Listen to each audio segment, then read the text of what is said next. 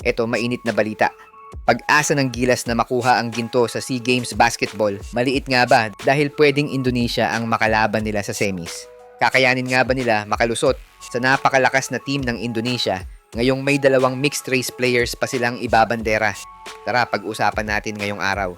Pero bago yan, like and subscribe lang mga kabady para sa latest basketball news and highlights.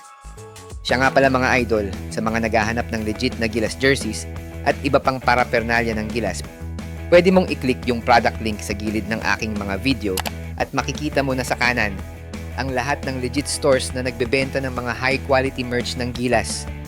Maraming salamat mga idol. Ngayong malapit na ang pagtatapos ng SEA Games Basketball at ilang games na lang ay malalaman na kung sino ang tunay na hari ng Southeast Asia.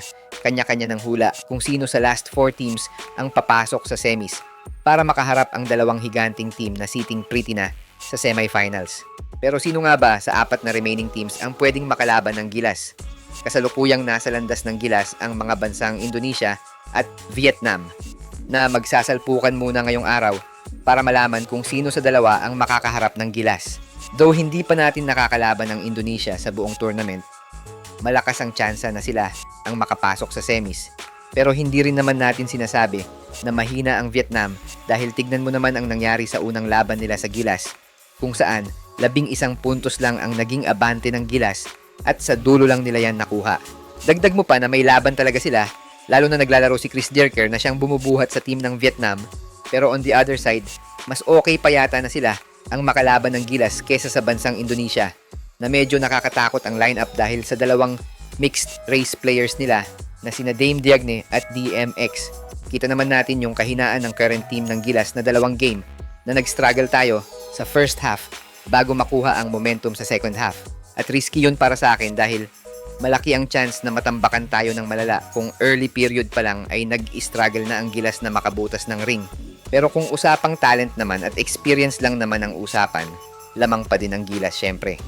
Guys like Ray Parks, Bolik, Wright at Poy Eram, sila talaga yung aasahan mo na kumamada ng puntos para sa team. Dagdag mo pa yung mga batang players like Dalfa Panopio and Terdy Ravena na unstoppable ang nagiging performance sa SEA Games.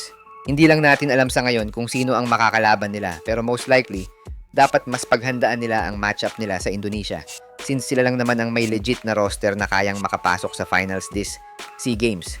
All in all, may tiwala pa rin naman tayo sa lineup ni Coach Norman Black, either Indonesia o Vietnam.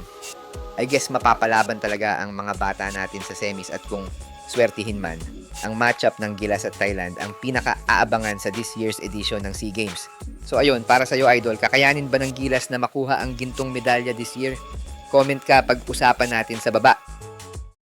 Sa mga gusto pala manood ng laban ng Gilas sa FIBA World Cup qualifiers nang walang delay at free for life, magbibigay po kami ng free live streaming link.